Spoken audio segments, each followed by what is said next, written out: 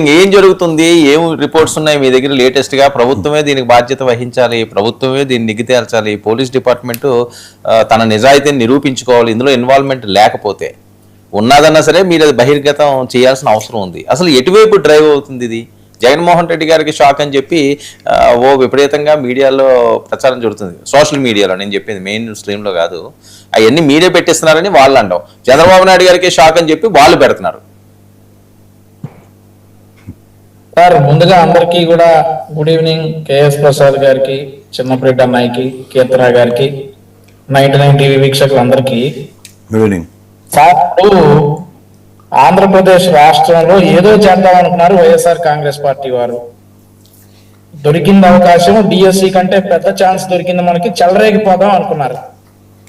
ఇక చెలరేగిపోదాం, మొదలు పెట్టేద్దాం, మనం అందరం కూడా చాలా బాగా దొరికింది ఈ అవకాశం అని చెప్పి పాపం చాలా కష్టపడి ఎవరిదో డెడ్ బాడీ కూడా తీసుకొచ్చి చూయించి బొక్కబోర్లా పడ్డారు. డిఎస్సిలో ఎలాగైతే విష ప్రచారాలు చేశారో అదే ప్రయోగాన్ని ఇక్కడ కూడా ఏదో ఎవరిదో ఒక డెడ్ బాడీ తీసుకొచ్చేసి, ఇదిగో ఇతనే సాయి కృష్ణ, ఇతను కాళ్ళు బాగా కొట్టేశారు, ఇతను మొహం మీద కొట్టారు, ఇతను చంపేశారు, ఇతను మధ్యలో తీసుకుని వెళ్ళారు, శ్మశాన వాటిలో తగలబెట్టారు అని చెప్పి ఒక మాజీ మంత్రి గారు చెప్తాడు. ఇంకొక ఆయన కాస్త ఎక్స్ట్రాగా రూమ్ నెంబర్ 302లో పెట్టారు, రూమ్ నెంబర్ 308లో పెట్టారు. 4 పోలీసులు వచ్చారు. మొత్తం వీడు చూసినట్టే సార్, దగ్గరుండి చూసినట్టే. ఆ తర్వాత జగన్మోహన్ రెడ్డి గారు వస్తారు. జగన్మోహన్ రెడ్డి గారు వచ్చి చిక్కటి చిరునవ్వుతో వాళ్ళ కుటుంబ సభ్యులను అందరినీ పరామర్శించేసిన తర్వాత ఆయన పేరు కూడా గుర్తుండదు. చనిపోయింది అని చెప్పి ఆరోపిస్తున్నటువంటి వ్యక్తి పేరు కూడా తెలియదు. పక్కన వాళ్ళు అడుగుతారు, ఏంటి ఆ కుర్రోడి పేరేంటి అన్నారు. కాదు, వంశీ మీరే మాట్లాడారు. కానీ నా చిన్న క్వశ్చన్ ఇది. సరే, మీరు చెప్పినట్టుగా 203లో లేకపోతే 303లో ఏవో వాళ్ళు చెప్పారు కొన్ని అంశాలు. చెప్పినప్పుడు అది తప్పు, లేకపోతే మంత్రి గారు ఆ రకంగా మాట్లాడాడు, మాజీ మంత్రి, అవి ఏ చూపించారు, అది ఫేకు, రాంగ్ ట్రాక్ పట్టిస్తున్నారు. ఎందుకు వాళ్ళ మీద మీరు యాక్షన్ తీసుకోలేకపోతున్నది డిపార్ట్మెంట్? ఇది చాలా పెద్ద ఈ కేసు అనేది విచారణ దశలో ఉంది. విచారణ దశలో భాగంగా నిన్ననే దీనికి ఒక సిట్ అనేది వేసి ఒక ఐజీ స్థాయి అధికారుల్ని, 3 ఎస్పీలని దీని మీద ఈ సిట్ లో భాగంగా వేశారు.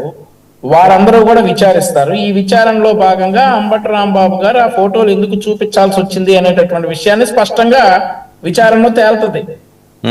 ఎందుకు అంబటి రాంబాబు గారు ఈ ఫోటోలు చూపించాల్సి వచ్చింది, ఎందుకు జడా శ్రావణ్ గారు 302లో ఇది జరిగింది అని చెప్పాల్సి వచ్చింది అనేది డెఫినెట్లీ తేలుతాయి.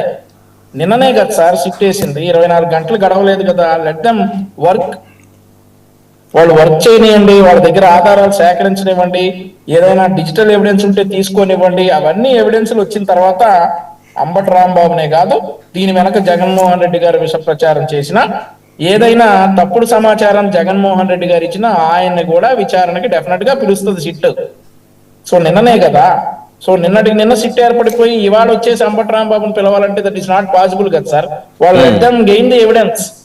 వాళ్ళకి ఎవిడెన్స్ వస్తుంది, వాళ్ళు ఎక్కడి నుంచి వచ్చింది ఏంటి అనేది ఒకసారి ఆ మార్కాపురం వైపు వెళ్ళినా కానీ, లేదంటే ఆ మార్కాపురం నుండి ఏదో టాస్క్ ఫోర్స్ వాళ్ళు తీసుకొచ్చారట అనేటటువంటి ఇన్ఫర్మేషన్ ఉంది. దాని మీద వాళ్ళ ఆధారాలు సేకరించి, ఇన్ని ఆధారాలు సేకరించిన తర్వాత నిజంగా అంబటి రాంబాబు గారు ఇచ్చినటువంటి బాడీ మరి సాయి కృష్ణదేనా అని చెప్పి సిట్ వెరిఫై చేసుకున్న తర్వాత ఒకవేళ అది కాదు అని తేలితే ప్రాథమికంగా మేమైతే కాదనే చెప్తా ఉన్నాం.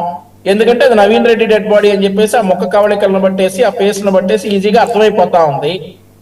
కానీ మరి గౌరవ మాజీ మంత్రి వర్యులు అంబటి రాంబాబు గారు అసలు నిజాలు తప్ప అబద్ధాలు మాట్లాడని చెప్పేటటువంటి అంబటి రాంబాబు గారు మీడియా సాక్షిగా ఆ ఫోటోలను బయట పెడితే, దాన్నే మరి మాజీ ముఖ్యమంత్రి గారి సాక్షి పేపర్లో మాజీ ముఖ్యమంత్రి గారు అదే నిజం అనుకుని నమ్మేసి వచ్చేసి ప్రజలకి సాయి కృష్ణను దారుణంగా చంపారని చెప్పేసి చెప్పారు కదా. Let SIT gain the evidence. Evidence వచ్చిన తర్వాత ఎందుకు అంబటి రాంబాబు గారు విష ప్రచారం చేశారని చెప్పి ఆయన డెఫినెట్లీ పిలుస్తారు, నో డౌట్ అందులో. సో ఇక జగన్మోహన్ రెడ్డి గారు వచ్చేసి చాలా బాధపడిపోయారు సార్. నిజంగా బాధాకరమైనటువంటి విషయమే. సాయి కృష్ణను గనక లాకప్ లో ఆ రకంగా హింసించి చంపేస్తే అది బాధాకరమైనటువంటి విషయమే. ఒక ఆంధ్రప్రదేశ్ రాష్ట్ర పౌరునిగానో, మాజీ ముఖ్యమంత్రిగానో, పులివెందుల శాసనసభ్యునిగానో జగన్మోహన్ రెడ్డి గారికి all rights he have to visit their family. వాళ్ళ ఫ్యామిలీని విజిట్ చేశారు, అంతా బానే ఉంది. ఆ తర్వాత వారు ముఖ్యమంత్రి గారిని నెక్స్ట్ డే కలవడం జరిగింది. ఆ ఫ్యామిలీ ముఖ్యమంత్రి గారిని కలిసిన తర్వాత మేము చాలా సాటిస్ఫైడ్ గా ఉన్నామండి ప్రభుత్వం తీసుకుంటున్నటువంటి చర్యల మీద. డెఫినెట్లీ మాకు ప్రభుత్వం మీద నమ్మకం ఉంది, ప్రభుత్వం మాకు న్యాయం చేస్తది, ఈ విషయంలో మేము వెయిట్ చేస్తున్నాం అని చెప్పిన తర్వాత వైఎస్ఆర్ కాంగ్రెస్ పార్టీ నాయకులు అందరూ వచ్చేసి జగన్మోహన్ రెడ్డి అనే పవర్ఫుల్ లీడర్ కలవటం వల్లే ఈ రోజు ఆ కుటుంబానికి న్యాయం జరిగింది అని చెప్తారు. వారేమో మరి నిజంగా సార్ ఒక విషయం, జగన్మోహన్ రెడ్డి గారిని పవర్ఫుల్ లీడర్ కలవడం వల్ల కుటుంబానికి న్యాయం జరిగింది అనే వాళ్ళు, నేను ఎన్నోసార్లు చెప్పా, ఈ మొన్న కూడా ఈ డిబేట్ లో కూడా చెప్పా, ఒక ట్రైన్ కథ. మేము రైలు నెట్టేవాళ్ళం, అది స్టార్ట్ అయ్యే టైంకి ఎక్కి మేము నెట్టడం వల్లే అది కదిలిందని చెప్పేవాళ్ళం. ఇది కూడా అంతే. That is a due procedure. Due procedure లో భాగంగా సిఐని ముందు విఆర్ కి పంపడం జరిగింది, ఆ తర్వాత సస్పెండ్ చేయడం జరిగింది, ఆ తర్వాత కేసు నమోదు చేయడం జరిగింది, ఆ తర్వాత కుటుంబాన్ని ముఖ్యమంత్రి గారు కలవడం జరిగింది. ఇక వీరు జగన్మోహన్ రెడ్డి గారు కలవటం వల్ల ఇదంతా జరిగింది అని అనుకుంటే, జగన్మోహన్ రెడ్డి గారు కలవకపోతే ఇంకా బాగా జరిగేదేమో. ఆయన కలవబట్టే ఈ కేసు లేటుగా వెళ్తా ఉందేమో. జగన్మోహన్ రెడ్డి అనే వ్యక్తి లేకపోతే అసలు ఇది రాజకీయం అయ్యేది కాదు, ఇది కులాల మధ్య కొంపటే అయ్యేది కాదు. ఒక లాకప్ డెత్ లేదంటే murder or anything or missing ఏదైనా సజావుగా దర్యాప్తు సాగేది. కానీ రాష్ట్రంలో లా అండ్ ఆర్డర్ సజావుగా ఉంటే ఇష్టపడినటువంటి జగన్మోహన్ రెడ్డి గారు ఎంటర్ అయ్యారు కాబట్టి ఈ రచ్చంతా కూడా. ఇక ఆ తర్వాత అన్నయ్య చిన్నపిరెడ్డి అన్నయ్య చెప్తా ఉన్నారు ఇందాక, ఎప్పుడన్నా ఉందా రాష్ట్రంలో ఇట్లాంటిది అని. గతంలో మరి ఎంపీని చితకబాదారు స్టేషన్ లో వేసేసి. పాపం ఆయన గట్టిగుండే అప్పుడే బైపాస్ చేసుకుని గుండె కాబట్టి బతికాడు. అసలు చంపేయమన్నారట, ఆయనే చెప్తా ఉన్నాడు, ఆ బాధితుడే చెప్తా ఉన్నాడు, నన్ను అసలు స్టేషన్ లో చంపేయమన్నారు, నేను ఎట్లాగో బతికాను అని. ఎప్పుడన్నా ఉందా ఇట్లాంటి రాష్ట్రంలో అంటే డోర్ డెలివరీలే చేశారు మన ఎమ్మెల్సీలు. మన ఎమ్మెల్సీలు చక్కగా చంపేసి పాపం ఎందుకులే అంబులెన్స్